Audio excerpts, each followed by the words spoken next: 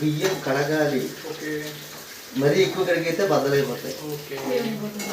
బద్దలైపోతాయి. బియ్యం రైస్ ముక్కలైపోతాయి. ఏ రైస్ ఇది?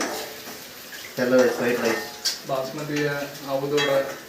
లేదు, గేదె దూడ. కోడి బంద, గేదె దూడ. లైటింగ్ సరిపోవట్లేదు ఇక్కడ. మరి అంత చేయి మోచేదాకా పట్టుకూడదు. ఇందులో ఒకటి దగ్గర తెంగడ పట్టు పొట్టు పొట్టు పొట్టు అలా పట్టకూడదు. అంత ఎగిరి దోశ పట్టదులో పెట్టు. దోశలు కాదు.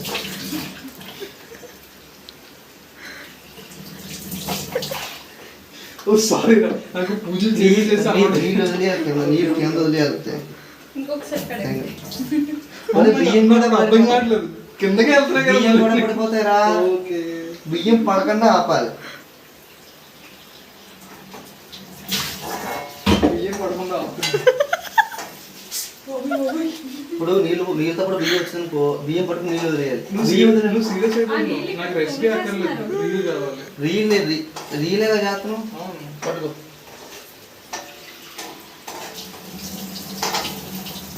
వచ్చింది, నీకు అంత వచ్చిందిరా. రైస్ వాటర్ సేవ్ చేసుకొని ఏదో చేయాలంటారు కదా. రైస్ వాటర్ సేవ్ చేసుకొని మొహానికి కడుక్కుంటే బకెట్ తెచ్చి తానం చేసి చాలా ఇంకా